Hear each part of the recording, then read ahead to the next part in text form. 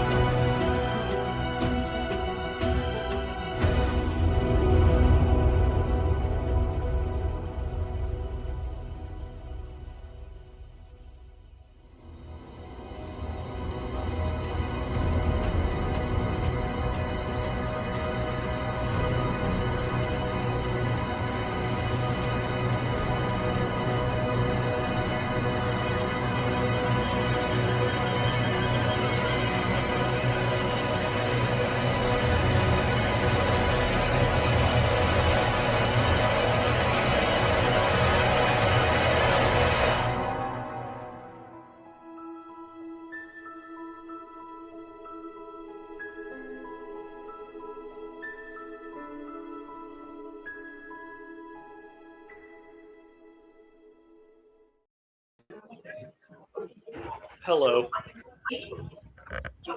How's everyone doing today? Well, Sorry, can you hear me? Yes, we can hear you, but there's so much Yeah. noise from somebody. Yeah. I think that might be Sandy. Sandy has been known to have a little bit of feedback from time to Yeah. time.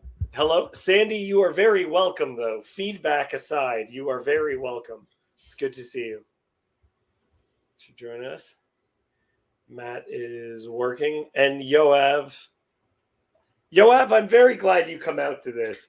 I rewatched the last two, and every now and then I poke you. I make fun of you in a way that one only does friends, and I hope that you know that that's why I do that. Remember, I'm coming from a Middle Eastern culture. We poke Oh yeah, around much more than in Canada. yeah. That's a good point. That's a good point. I did nothing then. By your considerations. Hardly noticeable. No, yeah. Okay, we're gonna go into the text. Unless Sandy, do you have any announcements you want to make before we go in? None. Okay. This was your chance to have a platform. Okay, I'm gonna share my screen. Sandy, would you be so good as to read for us? Kirk, you will get a chance to read, I promise, okay? oh, But first we're gonna have Sandy read. So go ahead, Sandy. in the 18th year of Jehoshaphat, king of Judah, Jehoram the son of Ahab became king over Israel in Samaria, and he reigned 12 years. He did what was evil in the sight of the Lord, though not like his father and mother, for he put away the pillar of Baal that his father had made. Nevertheless, he clung to the sin of Jeroboam the son of Nebat, which he made Israel to sin. He did not depart from it. Okay, let's pause. Let's pause 1 second. So we see there's some sort of ending to the Baal worship, whatever that means. That might refer to how worship was conducted and not necessarily the god Baal. Like we talked about this before, that with these terms, these are terms like Lord. So it's not even, I don't even think it's precise. But so there's the issue of Baal, there's a pillar of Baal, but then he's putting that away, but he clung to the sin of Jeroboam, the son of Nebat, right? So that's because Yosef last week was kind of saying that maybe God didn't entirely have a problem with the dual calf worship, or that he did, but it wasn't super bad. I don't know how to represent Yosef's opinion on this, but it is there's a big issue with the sin of Jeroboam the son of Nebat. Yoav, do you have any thoughts on that? No, what this mix looks. Okay, I'm gonna call Kirk up to read Okay. this section. Go ahead. Now Mesha, king of Moab, was a sheep breeder, and he had to deliver to the king of Israel 100,000 lambs and the wool of 100,000 rams. But when Ahab died, the king of Moab rebelled against the king of Israel. So King Jehoram marched out of Samaria at the time and mustered all Israel. And he went and sent word to Jehoshaphat, king of Judah, the king of Moab has rebelled against me. Will you go with me to battle against Moab? And he said, I will go. I am as you are, my people as your people, my horses as your horses. Then he said, by which way shall we march? Jehoram answered, by the way of the wilderness of Edom. Okay, let's pause a second. Is there anything anyone notices within that? Well, there is a return of the phrase with the horses. Yeah. This is the second time we get this phrase. I noticed the term thousand that we have discussed long ago. Mhm. And we said that word thousand in Hebrew might Right. means herds, but not necessarily herds of 1,000. Right. Oh, Michael Sartori noticed that lamb and ram rhymes. Good point. And Jon God says that Is that a good point, or is that just a happenstance of English? No, it's a happenstance of English. I'm just joking. Yeah, Jon God is talking about the forest, but no forest at the moment. Okay. Don't know what forest. So there's a couple of things that I notice within this. The Moab with the my people as your people, my horses as your horses sounds a little bit Ruthy. Just a little bit Ruthy. If you get what I mean by that. Like there seems to be a callback to that. I keep on making references to Deuteronomy. I think it was PVK was asking me once I'm done with these narratives, like where am I going to go after it? And I might go to Deuteronomy because Deuteronomy really is the underpinning of so much else that happens. This is from Deuteronomy 2. And Hashem said to me, do not harass Moab or contend with him in battle, for I will not give you any of their land for a possession, because I have given Ar to the people of Lot for a possession. So there's this conversation about how, there's certain people that are a problem, but generally speaking, not always, but generally, Moab is to be left alone. So there's already, I think, some suspicion in how we're supposed to consider this, because sometimes Moab is like a problem and we're supposed to see them as a problem, and sometimes that's not. Sometimes we see them very different. Well, first to Jon God, Hebrews specifically talks about a desert. The wilderness is definitely a desert. And this is also the geography. We're talking about the Syrian, African Syrian Rift. When you cross from one side of Jordan River to the other, you cross a desert. Mm-hmm. And these concepts are without a doubt related in Hebrew too, because if you come across, no, I'm just gonna leave it. But there is ways in which those things overlap. For me, it's not very clear the geography where is the border between Moab and Edom, right, and Ammon. Yeah. Yep. Okay, Sandy, would you continue reading for us? Verse 9. So the king of Israel went with the king of Judah and the king of Edom. And when they had made a circuitous march of 7 days, there was no water for the army or for the animals that followed them.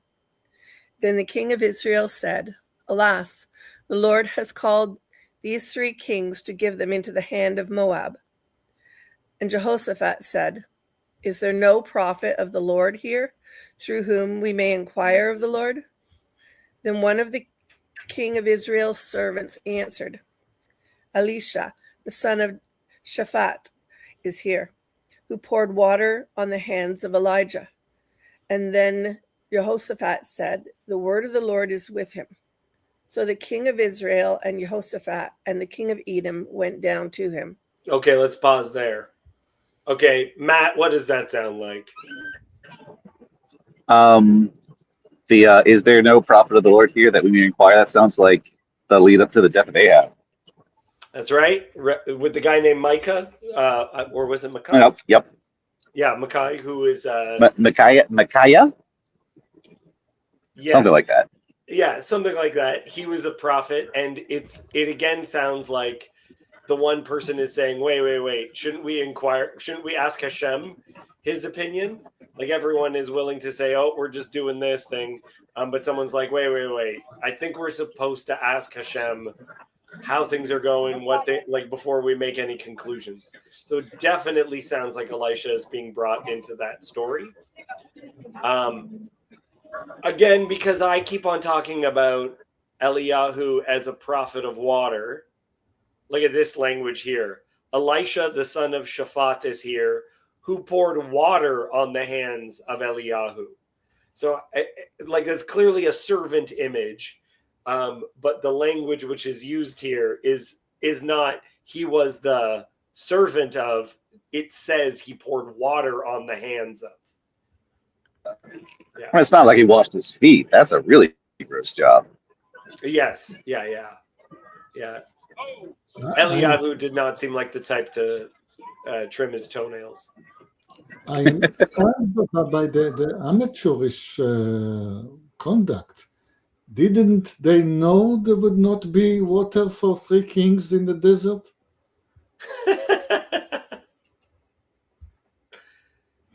Maybe it's that fact that led Moab to think they could get away with it. It's like they're not going to be dumb enough to march their armies through here. I'm safe.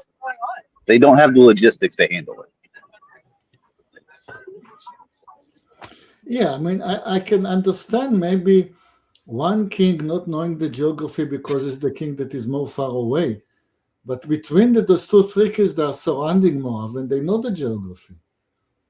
Well, so where they go is a dried up stream bed. So it might be that they go somewhere that they think would be water, but there isn't any. And you don't send a scout party?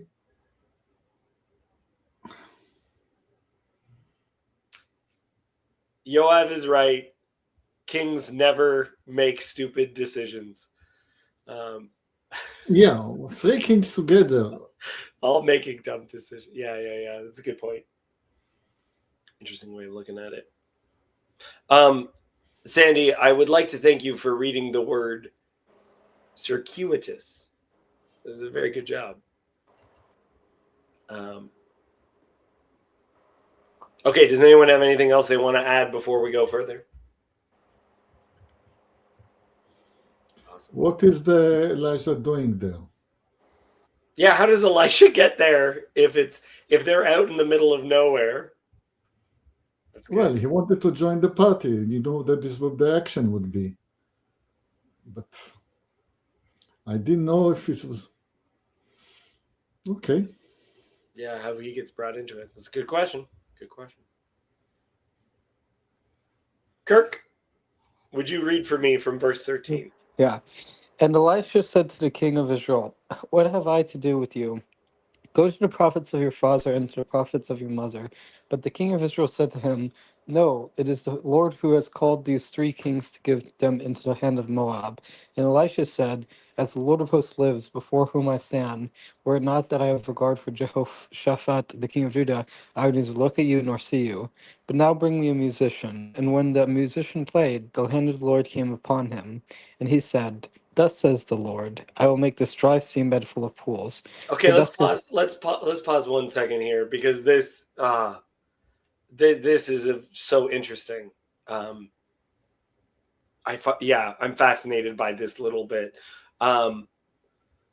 First off, Elisha says, "I don't actually want to prophesy because I don't like you, but I like this other guy. So fine, you'll hear a little bit of prophecy, but only a little bit of prophecy, okay?"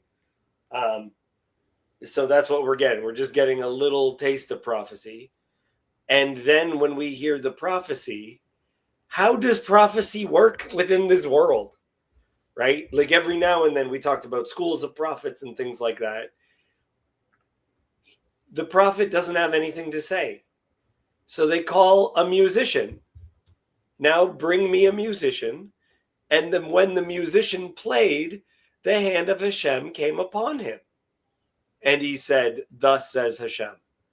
So that's why I called it freestyle prophecy as like what our conversation is, because it sounds like bring in the guy with the guitar and the guy with the guitar starts noodling. He's playing around, and the prophet kind of works himself up emotionally or something. He feels the rhythm, and from that he's able to do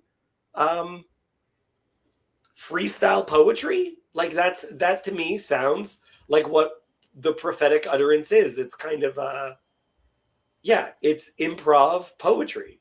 I This don't is know. very Greek. Young God should be pleased because that's how it Greek poetry worked. You started playing and you called on the muses to inspire you, and you claim these are not my words; these are the words of the muses that are carrying the word of the gods to me. It's a standard opening in Greek. Which is where the word music comes from. Yeah, It's called music because it comes from the muses.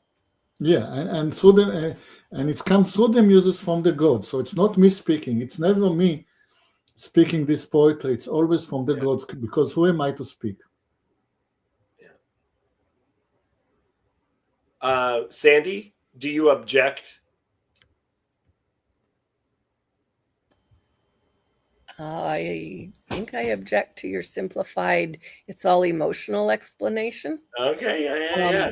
I just don't have I just don't have time spent in study to say or to point at why I think so.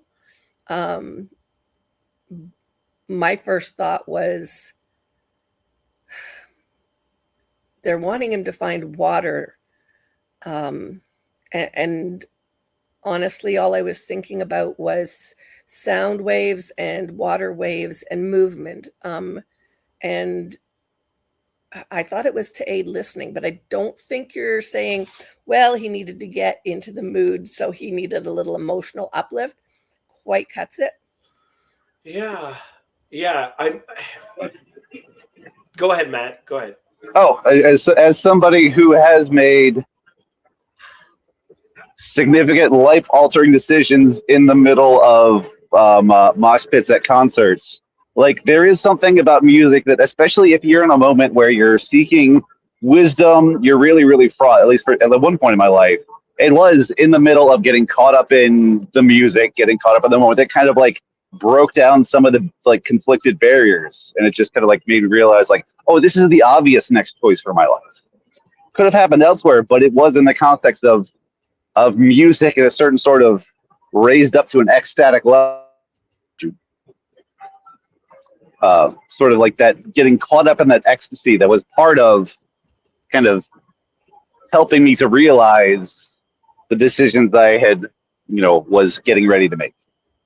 If that makes any sense. Okay, I'm going to ask a really dumb question that I'll point back to maybe Yoav, because what I was actually thinking about is vibration. Like even in buildings and bridges and things, there's I don't know what it's called. But you can actually break a bridge with the right rhythmic patterns. For done intensely or long enough, or that's where the term vibes come from. The idea was that everything had a vibration, and so whether or not something was good or bad, you talked about its vibes. That had the vibes are off. So what was the question to me?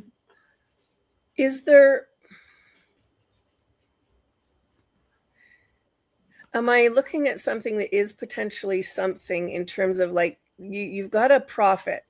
He shouldn't need to have, he shouldn't necessarily need to have help from the kings or from a musician to speak the word of God.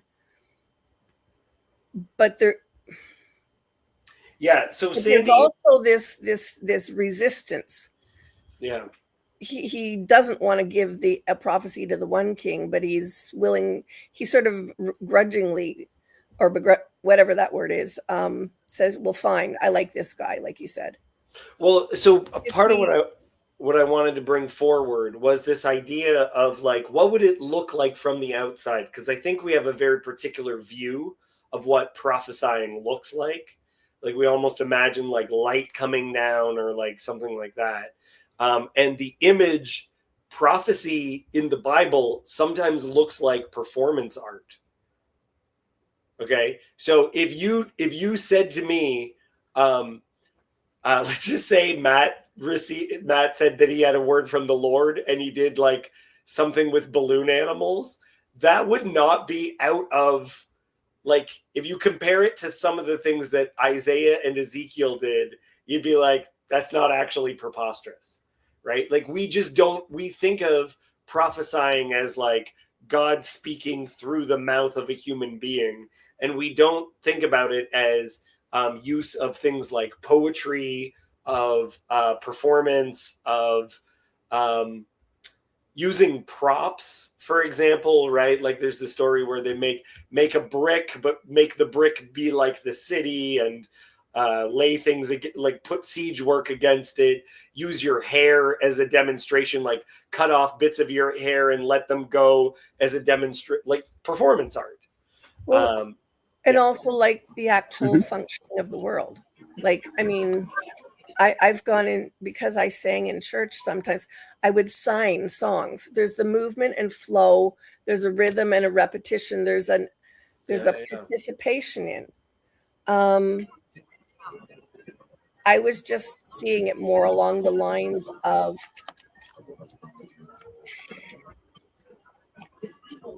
I don't know. My instinct just said it's construction, it's engineering, it's a creating of a something out of. Yeah. I'm not going to be able to explain it.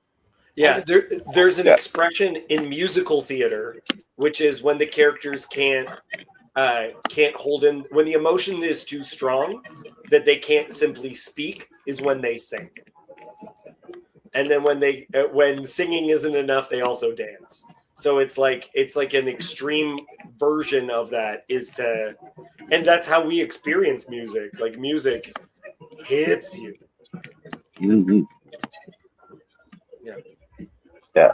I was just thinking because like prophecy fundamentally is in part like communication. On the performance art piece, often guys like Ezekiel, they're doing things to try and break through communication barriers. So that's usually in like message delivery. You're trying to get some hard truth that people don't want to hear through their heads. That's kind of like person to person. Right. I think something like the music thing is you trying to break through like listening barriers, trying to break through your own inner thoughts to actually hear that external word that's not just your own mind talking to you.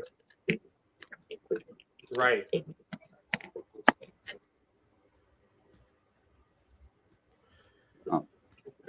Yeah. And this episode is also weird just because they seem so out of place. But I mean, like, you see things like how the prophets of Baal conducted themselves, like ranting, raving, ecstatic frenzies.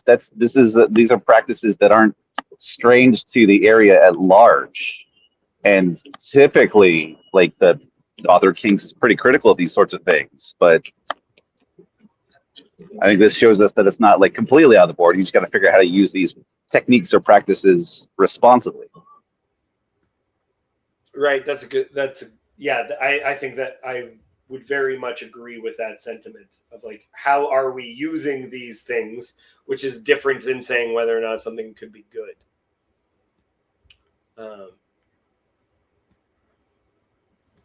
Yeah. And then, as an example of this, we have the Psalms, right? The Psalms count as scripture.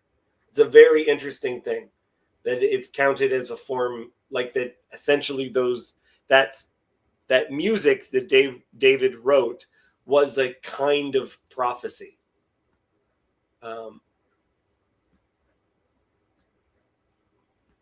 I want to acknowledge, though, what Dawn has been hinting at. It's dangerous, though.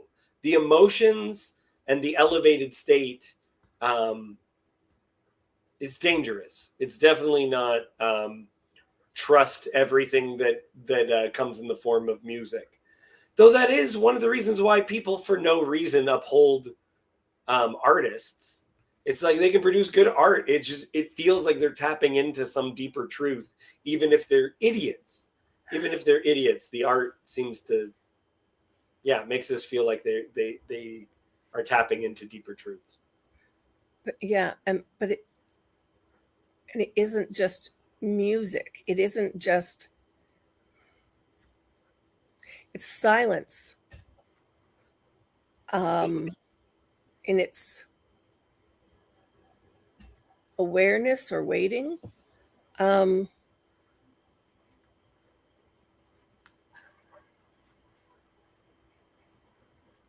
Yeah, it's that's what I'm struggling with to explain is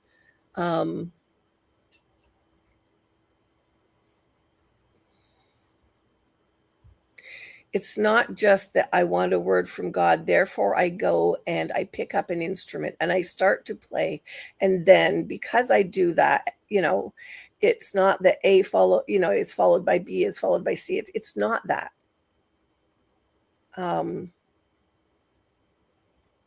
That's why I was pointing to Bridges' vibrations, and that doesn't do justice either.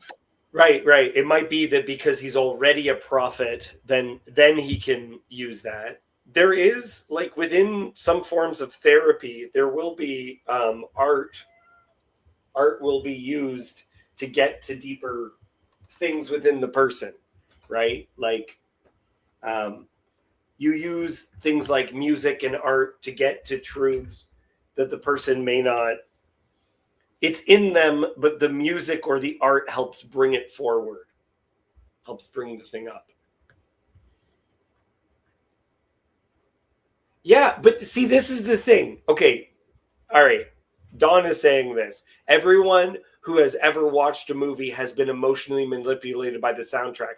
Be careful. That's true, but that's exactly why it can help us to admit, like, it makes a lie more persuasive, but it also makes the truth more persuasive. So yes, be careful, but also use it because it makes the truth more persuasive. My son had this conversation with me a couple of months back discussing propaganda.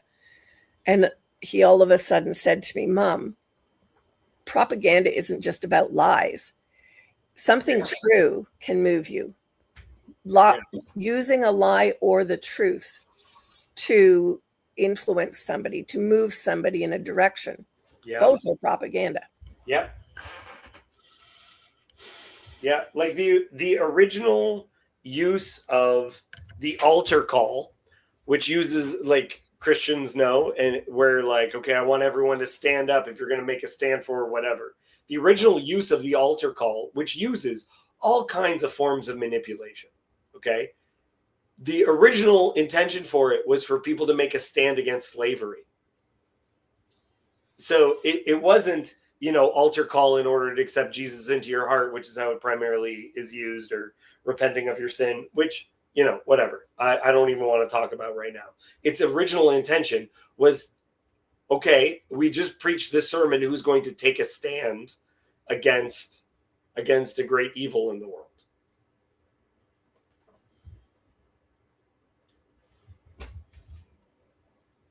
Okay. Weird question. Yeah, go ahead. Okay, so did the prophet bring the musicians or did the kings bring the musicians? And why is there a musician out there? It's important. What's this? And which king? It's important. Yeah, because we're not aiming for the propaganda use of the sound. It's a musician who is going to play unto the Lord, is my guess. It's to be, sorry, Yoav can explain it. Yeah, that's it. Yeah, that, what you just said. Which king? It's too brief. So Elisha says, give me a musician. And when the musician will play, the hand of God will be upon him. And then immediately, and he said, so said the Lord. Now, who said? Was it Elisha or already the player? There is no mention of the player actually playing. Elisha said, when the player will play, then the hand of God will be on him. And then immediately somebody says, so said the Lord, and the river, etc. There is no mention of the player actually playing. Never mind where they fetch this player. Something was cut out. I also just like how musicians were part of armies, because Sandy's saying, like, where are the music? There, it used to be a part. Yeah. Well, I was silent because the conspiracy theory in my mind is so jarring with everything that has been said so far that it doesn't belong in this podcast. Maybe we need a different one. Yeah. Good call, Matt. That's one of the best parts of that movie. A guy playing it. Is it bass? I thought it might be. It's a I don't know. I'm not a guitar player. Yeah. Hey, it's a guitar too. Yeah. Let's go back into the text. Kirk, I interrupted you. So how about you continue from verse 6, from 15. Let's go 15. Right? Okay. But now bring me a musician. And when the musician played, the hand of the Lord came upon him. And he said, Thus says the Lord, I will make this dry stream bed full of pools. For thus says the Lord, you shall not see wind or rain, but that stream bed shall be filled with water, so that you shall drink, you, your livestock, and your animals.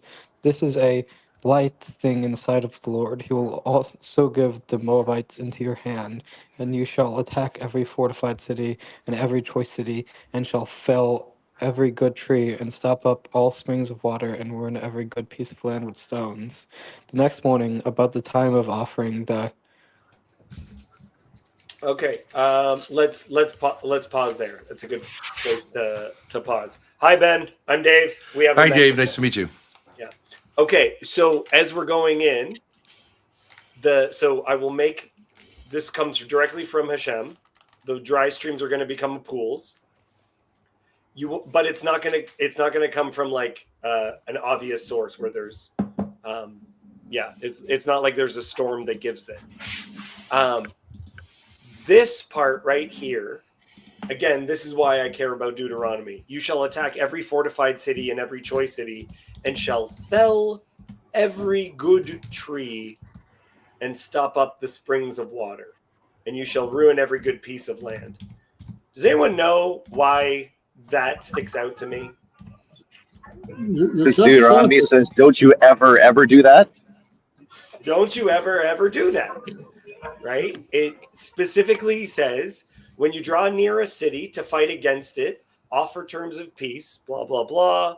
And then you get to the end. When you besiege a city for a long time, making war against it in order to take it, you shall not destroy its trees by yielding an axe against them. You may eat from them, but you shall not cut them down.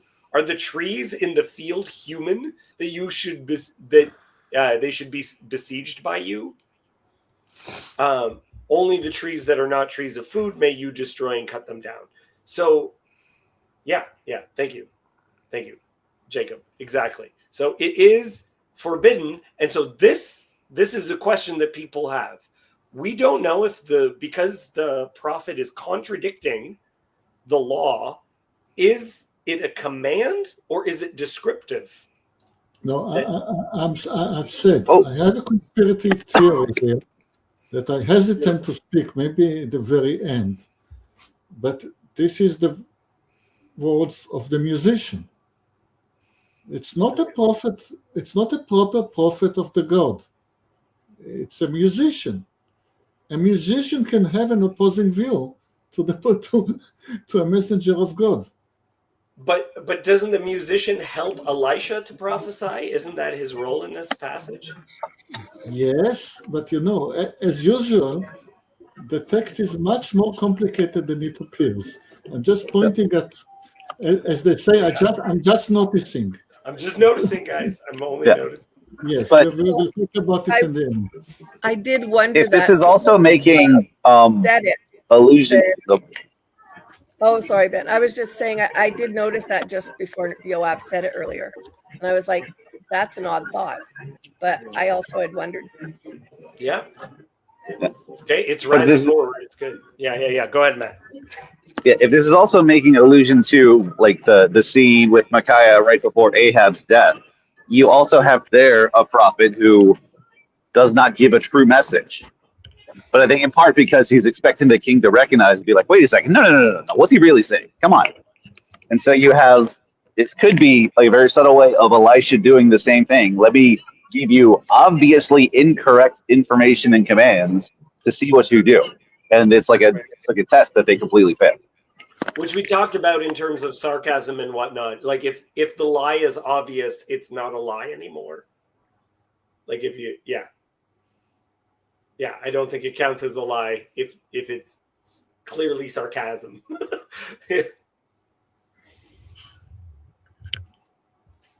Any other thoughts before we continue on? You don't want to hear my thoughts, but let's go on. Okay.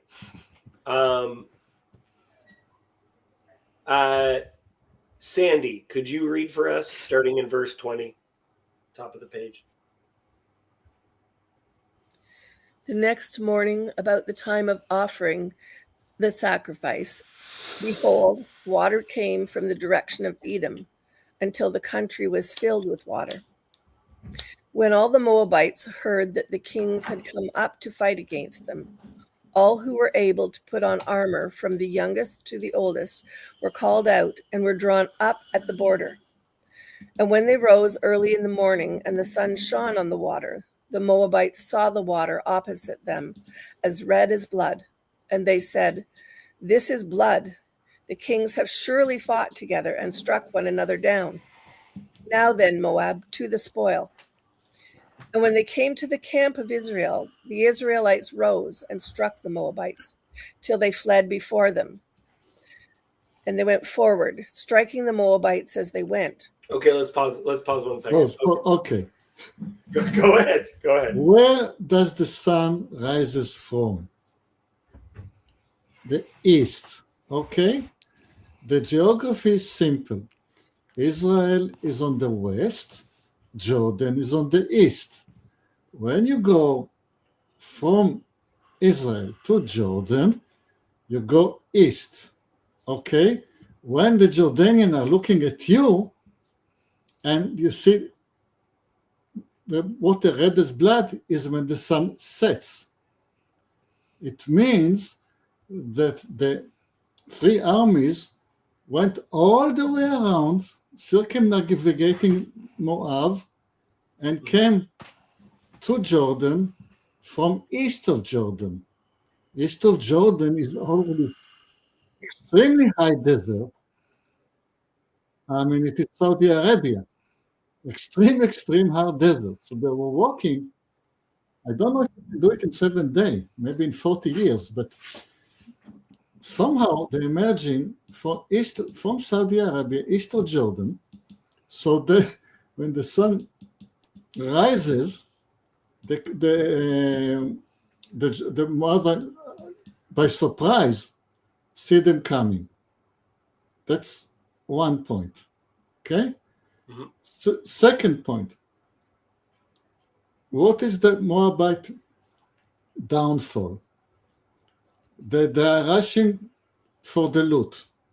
Instead of saying, let's help the survivors and the wounded, maybe give them water, maybe try to dress their wounds. So all of it is not about Israel at all. It's about the Moabites. Are you as good as you were at the time when the Israelites arrived, or have you turned bad? And God has no patience for them somehow. Let them make this one mistake, this sin, and then it's okay. The earlier safeguard is no more. Okay. You have to safeguard conditionally, and now you broke the terms of the treaty, and you're going to, all of you, die. Yoav, can I ask you a question? Just clarifying. wouldn't if you're talking about an optical illusion, you know how they have the saying, red sky in the morning, sailors take warning. Yeah. Okay, so if it's an optical illusion off the water, wouldn't they be on the west side looking east if they see red on the water? That's exactly what I was saying, yes. Oh, I thought you were saying they were on the east looking west. No, the Moabites, when they're looking at Israel, they are looking east, yes? So the Moabites are looking at Israel coming from the east. But this is giving the Israelites view, right? They're No, seeing the red on the Moabites, water. Am I wrong? no, Okay. the Moabites, read it again. The Moabites are seeing blood, and therefore okay, I got it wrong. Therefore the Moabites are deciding to loot rather than to help. Yeah, so I'm wondering about this, Yoav, because if this is just what the sun looks like every single morning, if you have the angle look, if you have the right angle, it always looks like blood. I don't think people are scared. It wasn't a normal morning. It was the morning at which the river got miraculously filled with water, and it was normally never. Okay, so without the water there, you don't have this red reflection that looks like blood from far away. Yes, and again, what river flows from Saudi Arabia to Jordan, or vice versa? None. Okay. But also red is because when there's a volcano, like in Europe, I think you had much redder sunsets and redder sunrises because so there was a special effect this morning, and it was a red sunrise because of dust in the air or whatever. Right. Granted. So, what river is it? There are rivers in the desert which are sort of steps. The water during floods are jumping from one waterfall to the other. The whole so-called river is a series of steps of dry waterfalls from the mountain to the bottom. Through such a river, you cannot pass 3 armies. We're talking about a river that is very wide and very gentle. If you look at the map, I don't have the map in front of me. There would be only one river in the middle of the desert that will be gentle sloping and wide enough, going from Jordan to the east. I know for the fact that such a river exists. I don't know the plot. I don't know how to draw it on a map. It's quite on the south. So they're going through this river.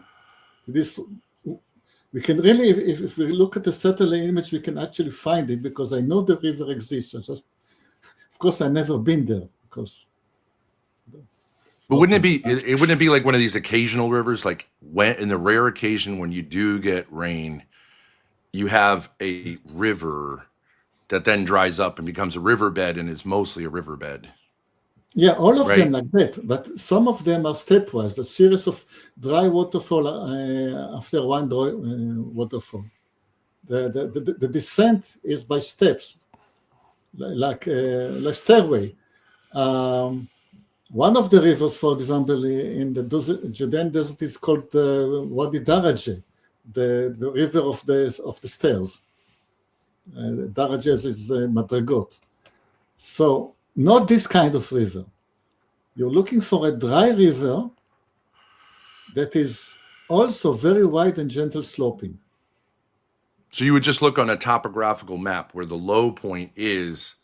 That is like what would not appear as a river on a map, but would act as the collecting point of any precipitation. On the map, it looked like a very wide road, paved with rubble. And I know for a fact that such a river existed because there used to be a river as big as the Nile, going from the mountains, don't know how far east, all the way to the sea. And that river was broken down by the Syrian-African rift and got dry. Okay. Okay, I want to go back to the text for a second, and I want to hear people's thoughts on this. Why? It could just be that this is how time was conceived at this point. Like there's entire theories that there's like a prophetic hand in part of the writing of some of these passages, which I sometimes called the documentary hypothesis, which I do not buy. I think it's garbage. But it says in verse 20, the next morning, so all of this story is happening at the morning, the next morning, about the time of offering the sacrifice, behold, water came from the direction of Edom till the country was filled with water. I'm wondering what role you think the time of offering plays in this story. Does anyone have any crazy theories? Maybe, I mean, it could be that water symbolizes like life. That's good. Or, yeah. That's good. That's good. That's a good theory. I mean, first read is it's just a time marker when you don't have actual clocks. It's how you mark, like, this is when this thing happens during the day. But since what's going to happen to the water with the reflection is going to turn into a visage of blood, it fits to draw attention to that right before you have this bloody apparition. Yeah, it looks like sacrifice. Looks like a lot of sacrificing has been happening. And do you know what it says you're supposed to do with the blood of the sacrifice for Israelites? Pour it on the ground like water. That's the description. Any other thoughts? I don't want to answer young God. Young God says the point is that the Moabites flanked the Israeli army, and this is why the reversals of directions. And he said to him, no, because after they saw the Israelites, then they recruited everybody. That's good. So it's not that they recruited everybody and flanked the Israelis.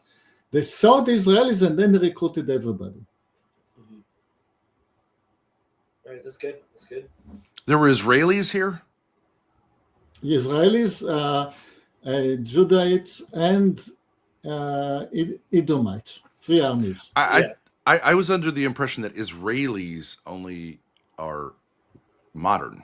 Wouldn't it be Israelites? No, yeah, it might be. Maybe Israelite Okay. is better. But yeah. either way, people who identify with Israel, which is different than Israelis also because we're dividing Judah from Israel at this point. Okay, so Israelites, Judahites, and Moabites, and Edomites against the Moabites. And the Ammonites, I don't know where, they're up north. Yeah.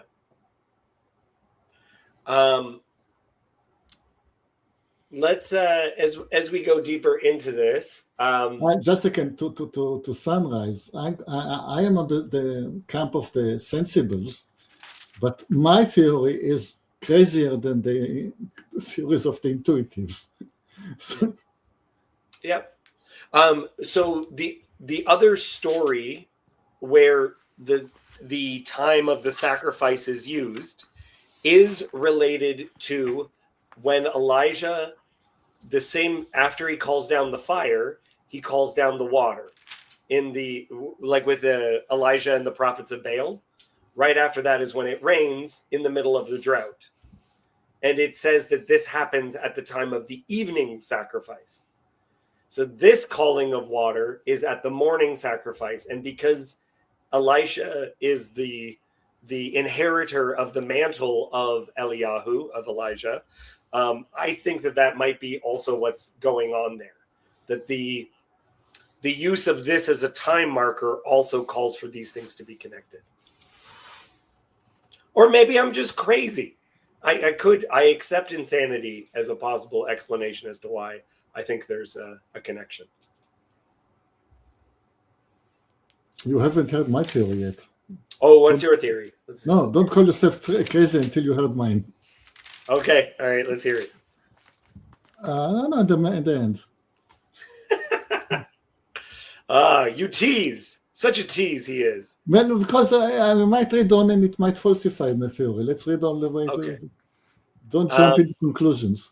Can I just add one thing? I don't know if you guys went over this, but I'm looking at my Oxford Revised Standard, New Oxford Annotated Bible, they say that Edom, even in the Bible, is associated with red stone, which goes back to Genesis 25.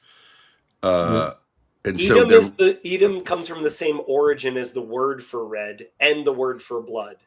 Edom, right? Dam is blood, right? And so Edom comes from the same. And also Adama, which is earth. Yeah. So it is referring to red earth, which is the red rocks of Eilat. Yeah. That is an actual thing. There are some red stones in that area. Yeah. Extremely red, yeah. So could even without the sunrise being a particular way, couldn't it look like blood just because of the red earth? No, because this was Edom. We're talking about Moab. Okay. All right. Okay, cool. Oh, sorry. Yeah. Anything else, Ben? No, I'm just trying to, just catch up.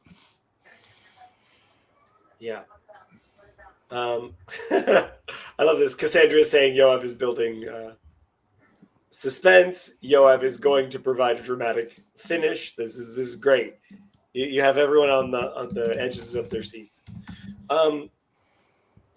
Sandy, I'm going to ask Kirk to continue reading. I can't remember if you read last or who, but I just know that Kirk really likes reading, and you talk even when you're not reading. It is definitely Kirk's turn. Okay, good. Okay, we're at verse 25. Go ahead. Okay. And they overthrew the cities, and on every good piece of land, every man threw a stone until it was covered. They stopped every spring of water and felled all the good trees till only its stones were left in Kir Hareseth, and the slingers surrounded and attacked it. When the king of Moab saw that the battle was going against him, he took with him 700 swordsmen to break through opposite the king of Edom, but they could not. Then he took his oldest son, who was to reign in his place, and offered him for a burnt offering on the wall. And there came great wrath against Israel, and they withdrew from him and returned to their own land. So, thank you, Kirk. So, Israel is winning when the king of Moab saw that the battle was going against him. He took with him 700 of his swordsmen, break through, they couldn't, okay. Then he took his oldest son, who was to reign in his place, and offered him as a burnt offering on the wall, and there came great wrath against Israel. So some people believe that this story teaches, Jan God is seeing this as what the possible teaching is. Human sacrifice saves the day. That he sacrifices his son.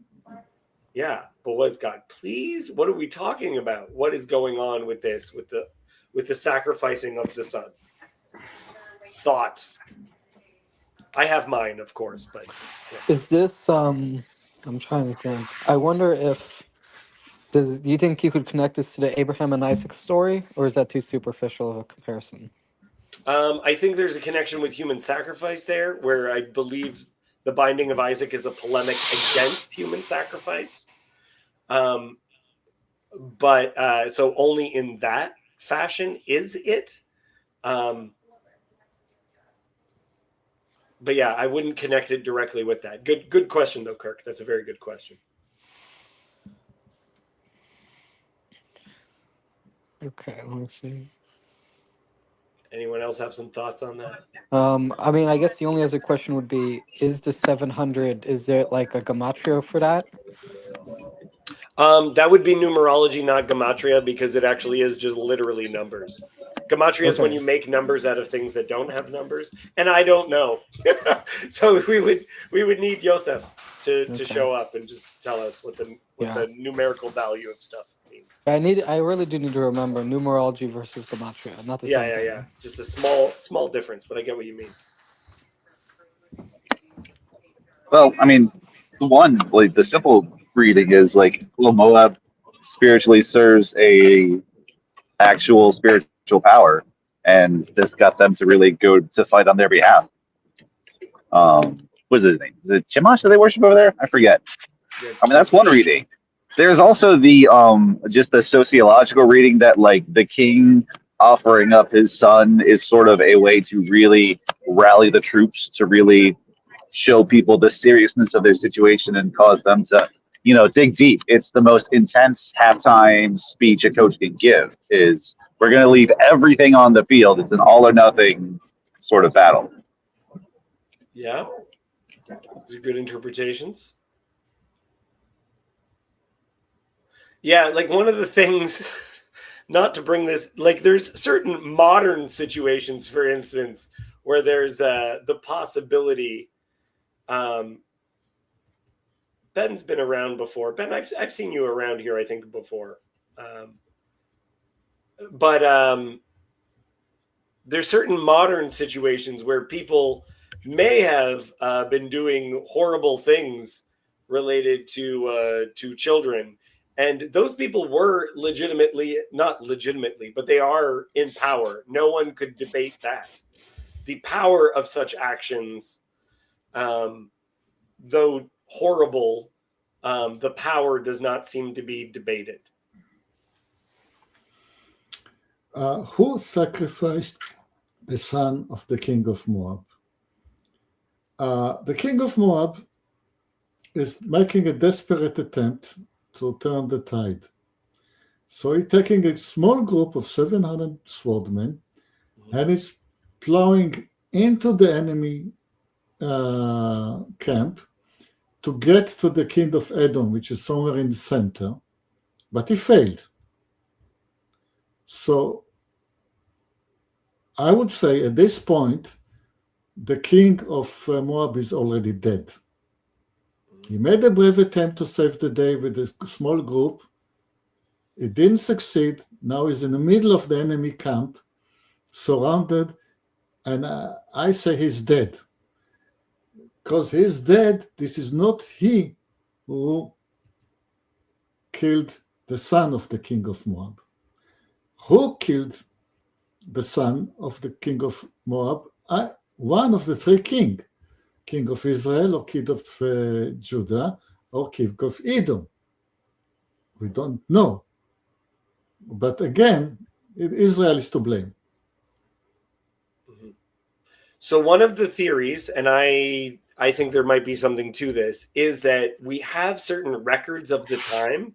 Now, Yosef said he had his own theory, and I don't know what it is, where he thinks that there's a way of interpreting it that it's not even his son.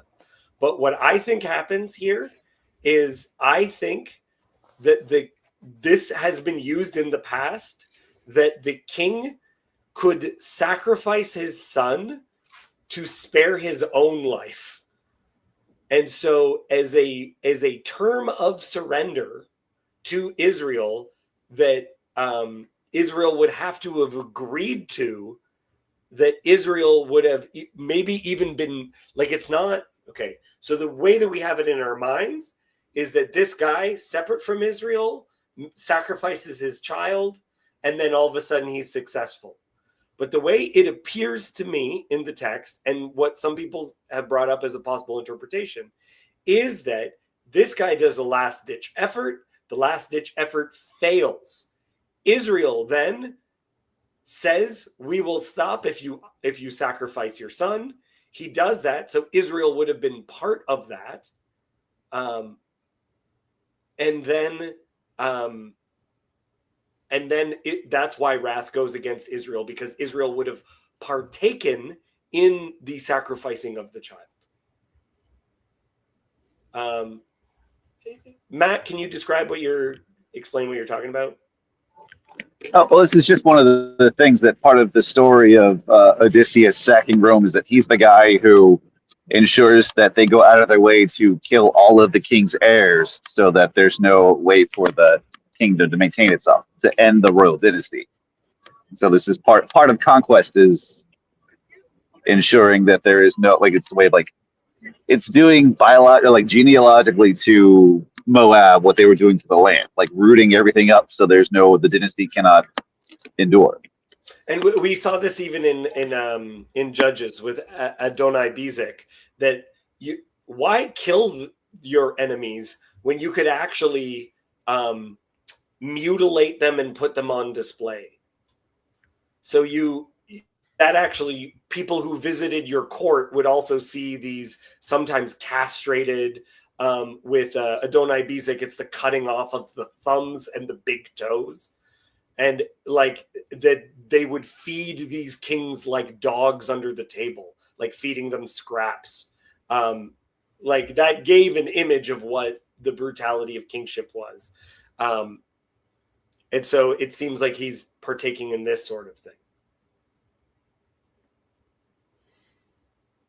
Yeah, genealogical assaulting the earth, which is a good way of describing it. Does that, I don't know, does this sound as a plausible explanation to people, or am I stretching it too far? No, I think it's an interesting reading that is certainly plausible. And everything else they did is breaking Deuteronomy, so why not this? Right? It's not that they're morally pure all the way through this. They're fighting with someone they shouldn't be fighting. They do it in a way that they're not supposed to do it. And then God's wrath is poured out at the end. So I don't think God lied about what this looks like. And this is also, especially if like the earlier kind of like walking around in circles for 7 days is a subtle allusion to Jericho. You also have tied it to the Jericho story, the sacrificing of the firstborn. And there is an on the nose reading, and you talked about kind of like more elaborate, kind of like ritual sacrifice that could be a better reading that aren't quite as clear in the text if you're not caught up in the context. Right. And it isn't completely clear. Don is quite right. It doesn't actually say that Israel demanded the sacrifice. Can I ask a question about this like child sacrifice thing? Yeah. Because we all know that the new atheists look at the Old Testament and they say the Jewish religion is cruel because it has this thing of child sacrifice. And also like Christianity is accused of being like a kind of child sacrifice cult. But isn't it true that the Israelite religion was distinct, or the religion of the Israelites was distinct from those around them in that it may have had a story about sacrifice, but Isaac in fact wasn't sacrificed. And so it's a kind of a way of dealing with what they were getting at while repudiating the tradition of child sacrifice as utterly abhorrent to God. Yeah, a lot of the passages that I think people think are about child sacrifice are actually polemics against it, which is what I was saying to Kirk before. Like Right. there's a way of reading the binding of Isaac that is against child sacrifice, because Right. in the cultures that would have heard that, they would have said, yeah, this is complete. The surprising part is not that God asks for the child to be sacrificed. The surprising part is that it doesn't happen. That's Right. the weird part, Right. in that story. Because the essence of any sacrificial religion is that it is better to sacrifice that which is more valuable to you, and nothing would be more valuable than your son in a patriarchal culture, right? Yeah, absolutely. Like the king of England broke with Rome because he couldn't get a male heir out of his wife. And it's like this, maybe that's foreign to us now, but like that wasn't that long ago. And yeah, also, I don't know if it's real. We're going to have to figure out if a bunch of this stuff is real. But you mentioned the new atheists, and they... three prominent people that would be identified with that movement. There is a picture of them on Epstein's plane. So with some of these things coming now, a lot of this stuff is faked. So I wouldn't be surprised if some of that is not actually true. But does any of this stuff like there's a little bit about glass houses and deliberately misinterpreting the text. I would say related to that as well. Yeah, I mean, from a Christian point of view, which in a certain sense could be seen as a type of Judaism or like a heresy, if you want to call it that, of Judaism. This issue of child sacrifice is resolved in the sacrifice on the cross, which is not really the father sacrificing the son, but the son So, yeah, voluntarily. yeah, So giving it doesn't have the aspect of cruelty to it. It's a voluntary sacrifice, but that it is like Christians do buy into the sacrificial aspect, so that right. even the pagans were correct. Well, I don't know that there is a ritual religion which doesn't have an element of sacrifice in it. Right, right. And there is, like I would say, I've said this before, I'll say it again. It doesn't say no necromancers because necromancy is hogwash. It doesn't say no magicians Right. because there's no such thing as magic. And it Right. doesn't say no child sacrifice because child sacrifice doesn't do things in the spiritual realm. It doesn't Right. say that. Right, It says right. don't do it because it's abhorrent and against God's will. That's why Right. you're not supposed to do it. So I'm not against the possibility that demons are thwarting Israel, but it also seems quite possible to me that Israel somehow participated, because this is a time period where Mhm. Israel is participating in some of this stuff. Yeah, that could have been what turns the tide in the battle. Okay, Yoav, I can't stay for much longer, so I would love to hear your theory. Okay, so they're going somehow from the east to the west through the desert, somewhere in Jordan. And it's a very gentle slope, or almost a plain. So there is a river that's going from the mountain of Jordan, and it's flowing east into the desert. So it doesn't reach anywhere. It just dissipates eventually into the ground. Okay? So there is water underground in the aquifer. And the minute you have a little bit of more distant rain on the distant mountains, then the level of the water comes up and it fills the pools on the plain. Mhm. So it's either that the rain came in on an opportune moment, or that was deliberate action, that somebody was damming the water and then releasing it.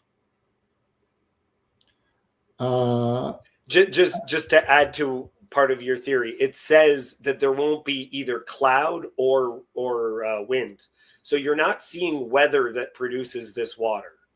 So Yeah. I accept your damming possibility. So somebody was damming the water, and that makes sense because when the three kings started that adventure, their scout told them that there is water in the river.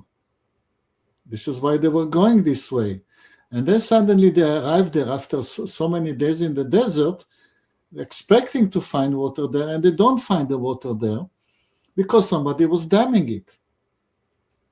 And then somebody released that dam. Oh, and then it would make sense of why this was badly planned, because you said because it wasn't.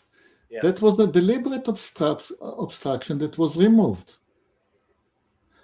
Now, how do you signal somebody far away that he has to open the dam? You make a loud noise without raising suspicion. You turn on the music. You think they turned on the subwoofers? That's what it is? Yeah, I mean, it is the desert, and I don't know what instrument. There could be drums involved. There could be trumpets involved. I don't know. It could be the bass clarinet. And somebody far away heard it and released the dam. Now, that would be probably in Jordan, upstream. So somebody was collaborating with them in Jordan. It could be some kind of a political conflict within the Jordanian, yeah. Elisha split the waters of the Jordan in the previous chapter. Yes. So what it wouldn't even have to be dammed. He could just hit it with his outfit, and then he shows up. The water. Yeah, but he was there. He was not upstream splitting the water. He was down there. Yeah. Now, what is Elisha's theological stance? He says that this, as I said, this was a test for the Moabites. I mean, they were not defeated yet. At the moment that they decided they're going to lose, this is the moment of defeat. That was Elisha's mission. It was a mission to the Moabites, not to the Israelites.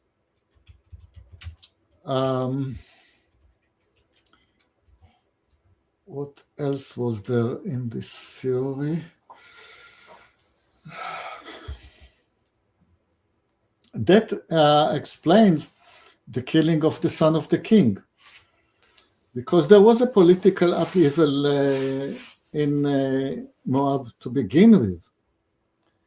Now, one other point, I mean, I said a lot, but another point altogether, we have an historical document that is all story might be true, because there was an historical king of Mesha, king of Moab, and at the time of Achav, and he writes in that document that was found that he has released himself of the burden of the Israelites.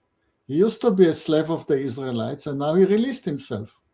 Is that the house of David? Is that the first? No. Okay, that's a different one. The Israelites. He was a slave of Achav, and he rebelled against the house of Achav, and he won. So indeed, the story, the beginning of the story of a king of that name, of Moab, rebelling against the Israelis and getting independence, is true, historically true. And in his victory monument, he gives praise to his God, whatever his God was named. And that was a sin of Moab. Not only that they were looters and they don't have enough compassion for the defeated, they also attributed their victory to the wrong God. Mm-hmm. So I'm saying this whole story, fantastic as it happened, has a very strong historical evidence behind it. Nice. Very cool. Okay, I got to get going. Does anyone have anything else they want to say? I'll do a round. Yoav, you just went, so I'm skipping you. How about that? Sandy, welcome. I'm so glad you were able to make it this week, Sandy. I haven't seen you around as much recently, so it's a delight to have you out. But I have nothing to say to wrap it up. Okay. Yeah, Sandy has no opinions on child sacrifice, either pro or con.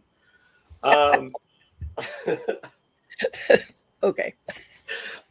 Kirk, do you have any thoughts? Anything? Yeah, I'm just off doing my own thing. I'm thinking about theoretical physics and causal inference and stuff. So no. Yeah, good stuff.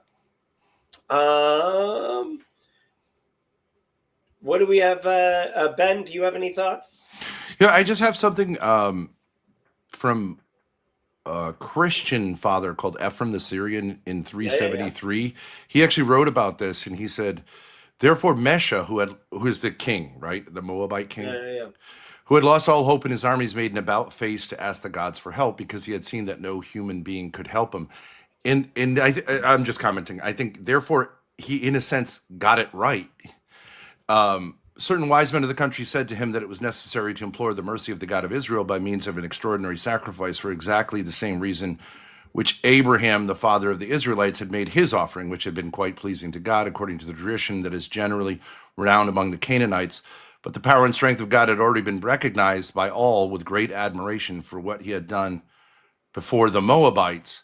Anyways, I don't want to read the whole thing, but I think the gist of it is that he's saying that the Moabite king got it right, and the Israelites, despite all the miracles they had seen, continued to be unfaithful to and worship the calf, and that therefore the shame of being shamed in a sense by the Moabite king getting it right, although in a wrong way, made God sort of sympathetic with him. He got it more right than they did in a certain sense. And like, Yeah. so God favored him in a certain sense over them, because even though he wasn't an Israelite, he kind of understood in a confused way what was up when they didn't. Yeah.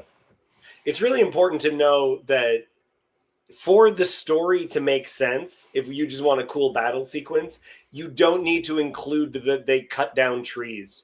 Who cares that they cut down trees? The text tells us that detail so that we don't fully side with Israel. Because if we are far from the text, we just read it and go, so what? So they cut down a couple of trees while they were in the middle of a battle.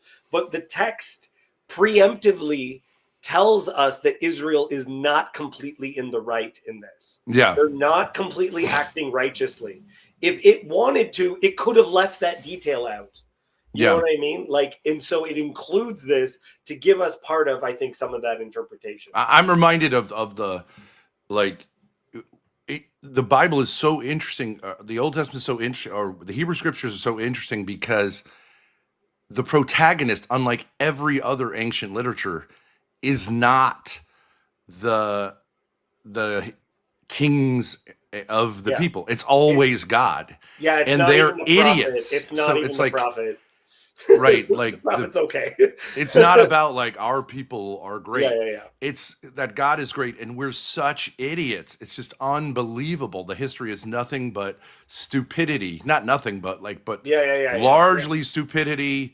Even our greatest King David was just a, like, you know, in some ways was like very human, right? And it's always giving glory to God and almost never. So the idea of the Hebrew scriptures being like a kind of what do they call that? Ethnocentric thing about it's quite the opposite. I mean, it's very openly kind of like, it ain't us, it's the Lord. And particularly in this passage, there's a division made between groups that would be ethnically basically the same. There's a division between Israel and Judah, and the prophet says, I'm only doing this because Judah's here. Like Israel has kind of like lost the plot. Right. Okay, Matt, your thoughts? Thank you, Ben. That was very good. It was a very good addition. Matt? I guess I'll just kind of like reiterate what you said, where this is one of those very puzzling passages, especially when read in isolation. Like I definitely agree with you that I think like the binding of Isaac in Genesis is sort of like parabolic and like prophetic. I think that's like the part of like a main point of that story is God putting this practice to death for his people. He's like, we don't do this, and he gave you as emphatic of a declaration as you can get at the very base of the house. It's like, this doesn't happen here. And so that's beautiful, because we were talking about last time how the beginning, or 2 times ago, the beginning of the story where Elijah is taken up, it said it starts the story. Now this is how God took up Elijah, right? And we were like, this is such a weird beginning of a chapter, right? It was so strange. The chapter relating to the binding of Isaac says, now God like sought to test Abraham. It doesn't say this is the story of how Isaac was spared. It could have started in this way that immediately doesn't stir up in you this anxiety of how is this story going to end. But it tells it as though it's going, like it could go either way. And it's that's a story that has a lot of dramatic chops to it. It's slow, it's quiet, it draws you into the, Isaac midway up. Where, like, I see the fire, I see the knife. Where's the sacrifice? Dad, where is that? You forgot something. Yeah. It's like we'll figure it out. Sounds like a little child, and it's painfully slow. Yeah. Mhm. Yeah. You can see the art of how the writer is doing, evoking emotions. One might say, Sandy. Psychotechnologies. Yeah. Yes. Yeah. You want to talk about like writing is definitely a psychotechnology. That's beautiful. Oh, Okay, guys. yeah. Thank you so much. This was a great week. We'll be here next week for those who want to join. Look, Ben, you're getting bothered by Luke to join his streams. Luke, you got to figure that out, okay? I don't care. I mean, I like Luke. He's a good guy. All right. Thank you so much. We'll see you guys next week. God bless.